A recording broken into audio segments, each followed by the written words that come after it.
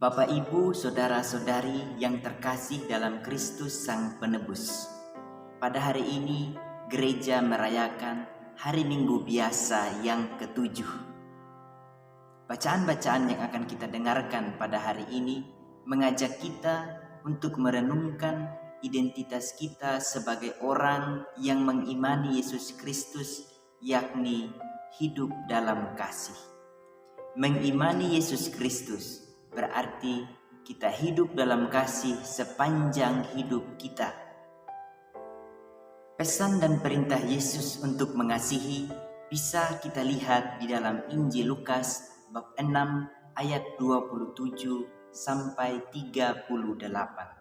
Yesus berkata demikian, "Dengarkanlah perkataanku ini, kasihilah musuhmu, berbuatlah baik kepada orang yang membenci kamu. Mintalah berkat bagi orang yang mengutuk kamu. Berdoalah bagi orang yang mencaci kamu. Bila orang menampar pipimu yang satu, berikanlah juga pipimu yang lain. Bila orang mengambil jubahmu, biarkan juga ia mengambil bajumu. Berilah kepada setiap orang yang meminta kepadamu, dan janganlah meminta kembali dari orang yang mengambil kepunyaanmu. Sebagaimana kamu kehendaki orang berbuat kepadamu, demikian pula hendaknya kamu berbuat kepada mereka." Kemudian Yesus melanjutkan, "Kalau kamu mengasihi orang yang mengasihi kamu, apakah jasamu? Orang-orang berdosa pun mengasihi orang-orang yang mengasihi mereka. Kalau kamu berbuat baik kepada orang yang berbuat baik kepadamu, apakah jasamu? Orang-orang berdosa pun berbuat demikian. Dan kalau kamu memberikan pinjaman kepada orang dengan harapan akan memperoleh sesuatu daripadanya, apakah jasamu? Orang-orang berdosa pun meminjamkan kepada orang-orang berdosa supaya mereka menerima kembali sama banyak." Yesus mengajak kita untuk mengasihi musuh, murah hati kepada sesama kita, berdoa bagi mereka yang membenci kita, yang menghina dan mengutuk kita. Sebagai manusia, tentu perintah Yesus ini adalah hal yang berat dan hal yang sulit.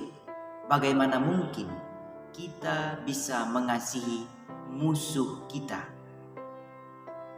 Namun hari ini Yesus mau agar kita sebagai orang yang mengimani Yesus, kita belajar untuk mencintai siapa saja, terutama yang paling berat. Kita berjuang untuk mencintai orang yang membenci kita atau musuh-musuh kita. Kita bisa mendapatkan inspirasi dari dalam bacaan pertama dalam 1 Samuel. Saul ia mengumpulkan 3.000 orang pilihan dari Israel dan mengejar Daud dan hendak membunuh Daud. Saul diserahkan Tuhan kepada Daud, yakni di dalam sebuah gua. Saul beserta seluruh bala tentaranya tertidur, dan Daud bersama Abisai dan kelompoknya masuk ke dalam gua itu, dan Saul sama sekali tidak menyadarinya. Di situ, di samping Saul ada tombak dan ada kendinya. Abisai yang ada di samping Daud mengatakan, "Biarkanlah aku yang membunuh Saul." Tapi Daud melarang Abisai. Saudara-saudari yang terkasih, barangkali dalam hidup kita, ketika musuh kita membenci kita, bahkan mau membunuh kita, insting manusiawi kita serupa dengan apa yang dilakukan oleh Abisai. Niatnya untuk balas membunuh Saul, namun Daud melarangnya untuk membunuh Saul. Bapak, Ibu, saudara-saudari yang terkasih dalam Kristus, kalau benar Anda dan saya, kita semua adalah orang yang mengimani Yesus Kristus, berarti kita berjuang untuk hidup dalam watak anak-anak Allah, yakni kita mengasihi musuh kita, berbuat baik dan berdoa kepada orang yang membenci kita. Kalau kita bisa melakukannya, Yesus menjanjikan sebuah ganjaran yang membahagiakan pada akhirnya, yang terlukis dalam Injil Lukas bab 6 ayat 35. Tetapi kamu kasihilah musuhmu dan berbuatlah baik kepada mereka dan berilah pinjaman tanpa mengharapkan balasan. Maka ganjaranmu akan besar dan kamu akan menjadi anak-anak Allah yang maha tinggi. Saudara-saudariku yang dikasihi Tuhan, untuk menutup renungan saya kali ini, saya ingin mengisahkan sebuah cerita. Ada seorang pastor di sebuah paroki.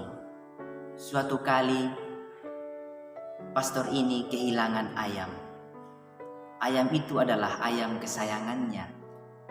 Sepanjang hari pastor berusaha mencari ayamnya dan terus berjuang agar mendapatkan ayamnya.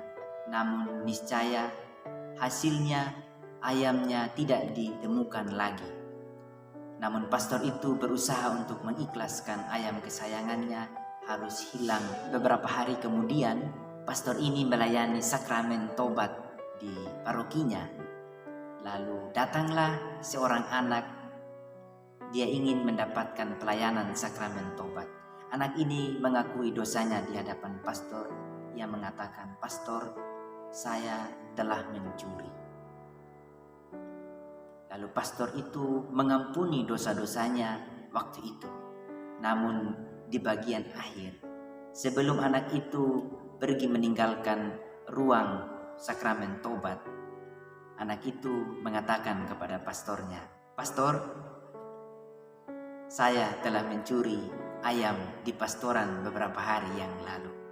Ceritanya sampai di situ. Bapak, Ibu, saudara-saudari yang terkasih dalam Kristus, selamat berjuang. Hidup kita cuma sekali, maka pergunakanlah dengan berarti. Amin.